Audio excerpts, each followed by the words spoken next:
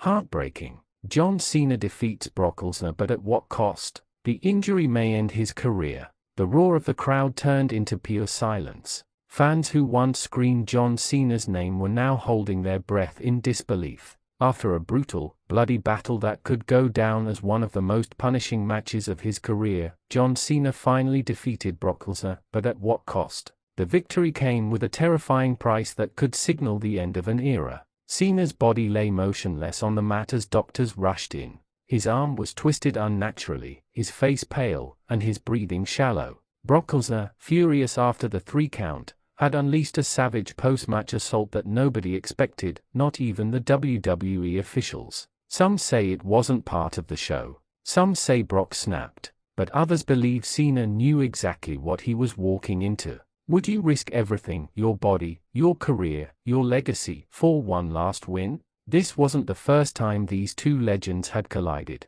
but this time was different. Cena wasn't the same man who once stood tall with "never give up" stitched across his heart. This was an older, battle-worn warrior, one fighting to prove that his time wasn't over. And across from him stood Brock Lesnar, a beast who thrives on destruction, a man who doesn't just defeat opponents, he dismantles them. The match began with Lesnar dominating early, F5 after F5, German suplex after German suplex. It was a massacre, but Cena refused to stay down. Each time the referee counted, Cena's shoulder somehow rose before 3. The fans were on fire, chanting, "Let's go Cena," and "Suplex City," back and forth, their emotions split between admiration and anger. Then came the turning point. Lesnar went for another F5, but Cena countered with an attitude adjustment from pure desperation. The ring shook. Cena crawled for the pin. 1, 2, kick out. The crowd exploded. Cena's frustration was visible.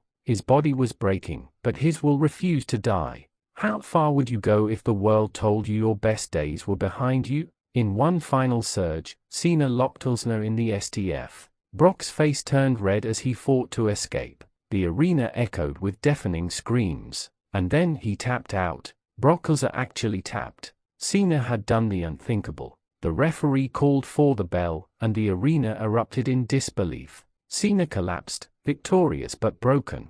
But before the celebration could begin, Lesnar snapped. He launched at Cena, tearing through officials and attacking him with a steel chair. One chair shot after another, targeting Cena's arm and neck. The crowd screamed for help, and medics stormed the ring. Cena was motionless, his arm possibly fractured, maybe even dislocated. Lesnar was escorted out by security, his face twisted in fury. Cena was taken backstage, clutching his shoulder in agony. Reports later confirmed severe ligament damage. Some insiders claim Cena might need surgery that could sideline him indefinitely, or worse, end his career for good. WWE management reportedly begged him not to take this match, knowing the risks. But Cena's response was simple: "If this is my last fight, let it be against the best." Fans are now divided. Some call Cena a hero, a man who gave everything for the sport. Others blame WWE for pushing him beyond his limits.